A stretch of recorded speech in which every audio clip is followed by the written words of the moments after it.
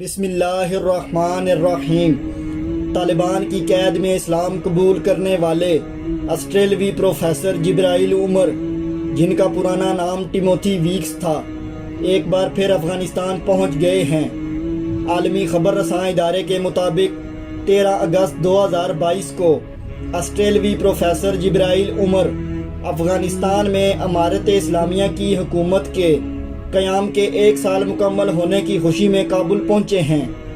اس موقع پر جبرائیل عمر نے روایتی افغانی لباس زیب تن کیا ہوا تھا۔ کابل ایئرپورٹ پر میڈیا سے گفتگو کرتے ہوئے انہوں نے کہا کہ وہ خود کو ایک افغان اور پشتون سمجھتے ہیں، اور ان کا کہنا تھا کہ میں تمام دنیا کو پیغام دینا چاہتا ہوں کہ طالبان کو سمجھیں اور انہیں وقت دیں۔ انہوں نے کہا وہ پہلی بار افغانستان کے بارے میں جاننے کا خواب لے کر یہاں آئے تھے، اور اب وہ اس بار اپنا وہی سفر مکمل کرنے کے لیے آئے ہیں۔ جبرائیل عمر افغانستان میں انگلش لینگویج پڑھاتے تھے۔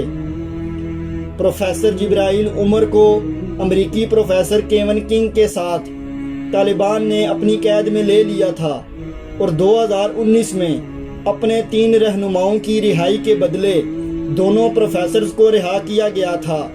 تاہم اس وقت تک پروفیسر جبرائیل عمر اسلام قبول کر چکے تھے۔ انہوں نے اپنے لیے جبرائیل عمر کے نام کو پسند کیا۔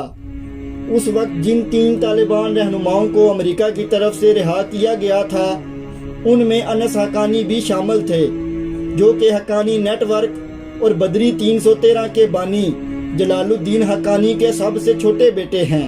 انس حقانی کی رہائی سے 1 سال قبل سینئر طالبان کمانڈر جلال الدین حقانی شدید علالت کے باعث وفات پا چکے تھے، اور رہائی کے بعد سے جبرائیل عمر اور انس حقانی بہترین دوست بن گئے ہیں۔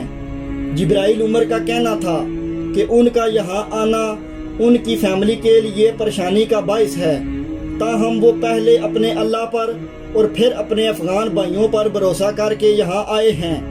انہوں نے کہا، مجھے پشتو زبان نہیں آتی، لیکن میں اسے سیکھنا چاہتا ہوں۔